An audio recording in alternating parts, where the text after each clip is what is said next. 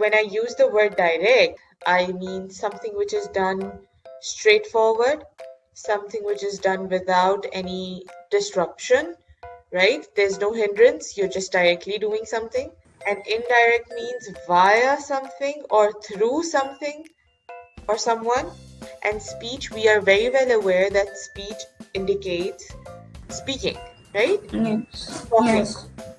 So it means that there is one direct way of talking and there's one indirect way of talking. And however, you have just mentioned that direct way includes the person saying it out loud, himself or herself, while on the other hand, indirectly is where you are using a second or a third person to inform your speech, right? Because you're absent, you're not there, or it's something that they remember and you don't, so they're the one who are saying it out loud. Okay, now here's more detail to it. Can you read it? Speech means the words that a person speaks.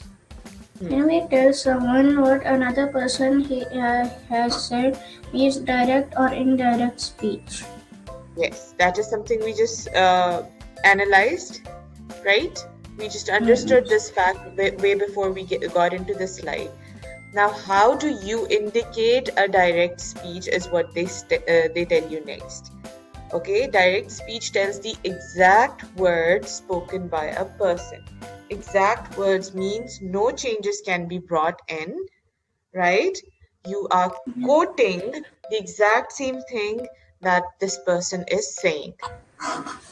So what do you use for that? You use speech marks or quotations.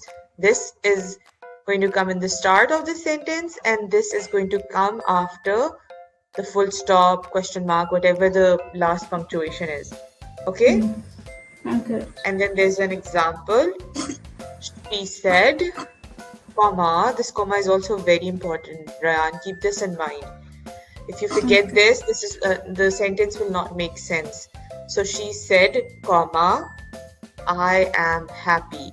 Now you see full stop is here and then your speech marks end. So first comes your punctuation and then comes your speech mark. What are we going to keep in mind for direct speech? We know that quotation marks are used, the exact words are written, a comma comes before quotation. Okay? Example is Ali said, I like apples. Full stop. Keep in mind there's a pattern to it, okay? You're using quotation at the start of the sentence, but before that you're also putting a comma when you're using the word said. Now it's not necessary, Rayan, that you'll always get the word said. Sometimes you might get the word replied, sometimes you might get the word questioned, sometimes you might get the word interrogated. Multiple words that are telling us that somebody said something, okay? So words could vary, but comma remains. Now we're coming to indirect speech. Direct speech, we need to know the rules. We're saying the exact words, we're using speech marks, we put a comma before the start of the sentence itself. We are well aware. Now we have indirect. So you're not going to put quotations. You're not saying I, you, me. You're not using these words directly because this speech is indirect. So where on one hand we said, she said, comma, I am happy. Now that is changed into she said that she was happy. Pronouns are changed. Okay? Yes.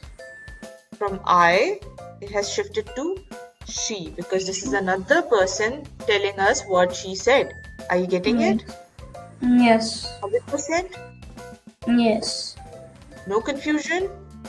Yes. No confusion. Perfect.